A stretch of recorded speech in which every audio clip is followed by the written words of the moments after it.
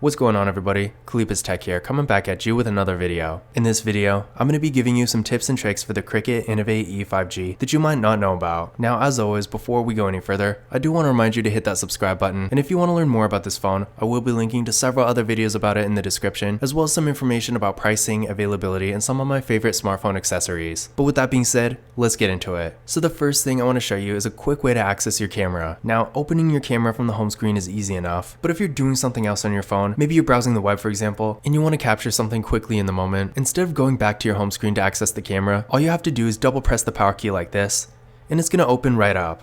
And the cool thing about this shortcut is that it even works when the phone is locked. So as you can see, the screen is locked right now, but if I double press the power key, it's going to open the camera right up. So definitely a nice feature to have, and if you're trying to quickly take a picture of something, it definitely makes it a lot more convenient. The next thing I'm going to show you is how to actually get to your power menu. Now with this phone, it's kind of weird. By default, when you press and hold your power key, instead of opening the power menu like a normal phone, it's going to open the assistant.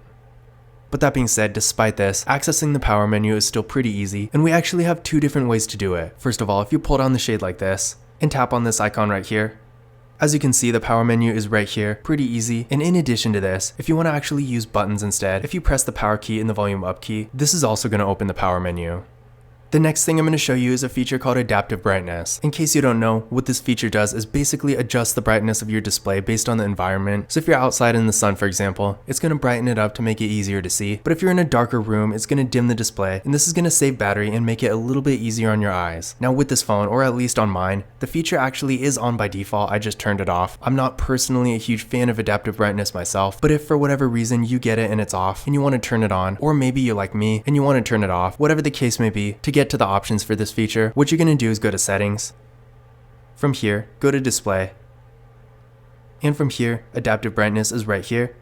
And as you can see, again, I turned it off, but it is on by default. And if I turn it back on, it's going to adjust automatically. But in case you're wondering, the reason I turned it off on this phone is that despite the feature itself being pretty cool and actually working really well on a lot of phones, for whatever reason on this phone, it just kept making the display way too dim, and it made everything a lot harder to see. Now that's probably not going to be everyone's experience on this phone, but for me personally, adaptive brightness was just constantly making it way too dim. And even aside from that, I personally usually like to have my brightness at 100% anyway. But if you are in a situation when you want it to be a little bit more adjustable, then adaptive brightness is definitely a great feature to have. The next thing I'm going to show you is how to show or hide your battery percentage on the status bar. So as you can see right here, by default the battery percentage is up there, but if you want to make your status bar look a little bit more minimalistic, you can actually hide it. So to do this, what you're going to do is go to settings.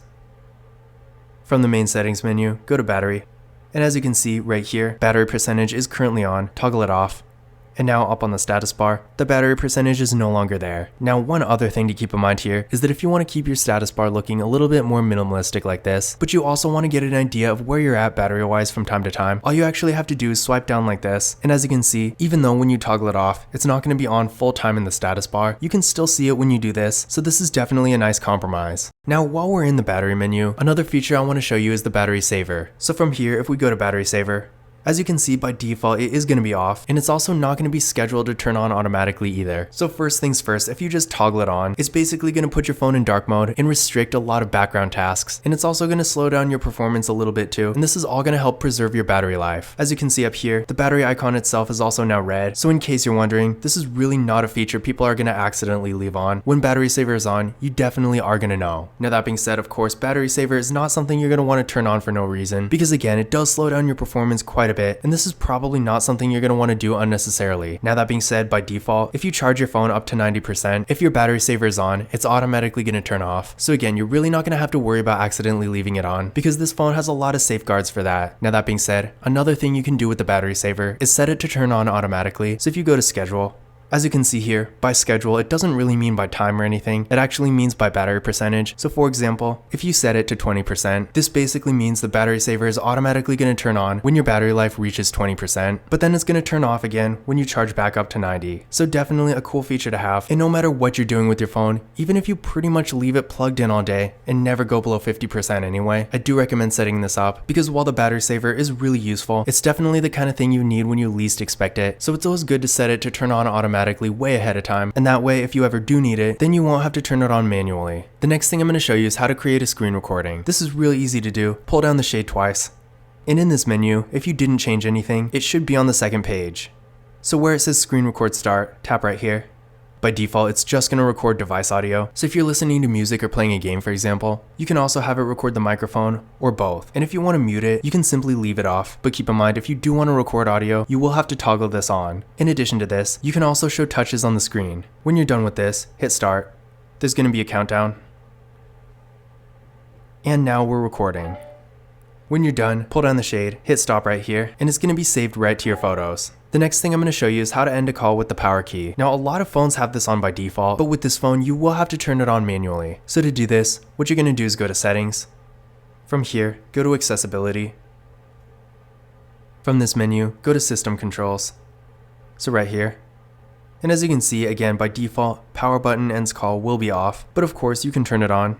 And now when you're on a call, all you have to do to hang up is simply press the power key. The next thing I'm going to show you is a feature called Night Light. Now, like I was saying before, I like to keep my brightness at 100% pretty much all the time, but the one drawback here is at night, the blue light from the display does get a little tough on the eyes. So the Night Light feature is a nice solution to this. This feature is basically going to make the display a little bit warmer, so you can still have the full brightness, but it's going to be a little bit easier on your eyes. So to turn this feature on, go to Settings. From here, go to Display.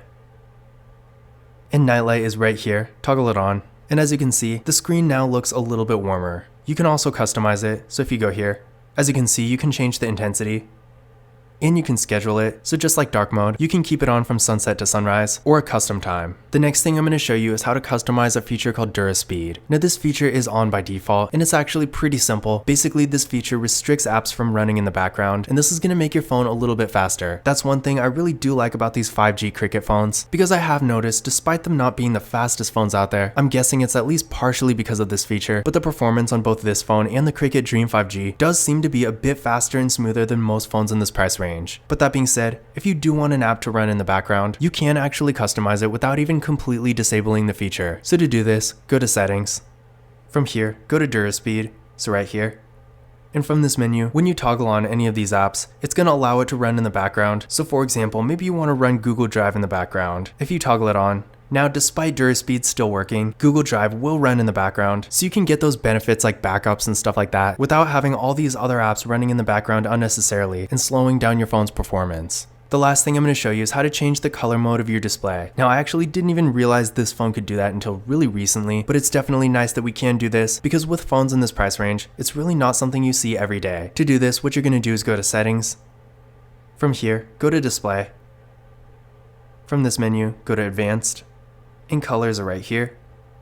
So as you can see by default, the color mode is set to boosted, and this is going to make your colors look a little bit more vivid. If you want, you can also go to natural.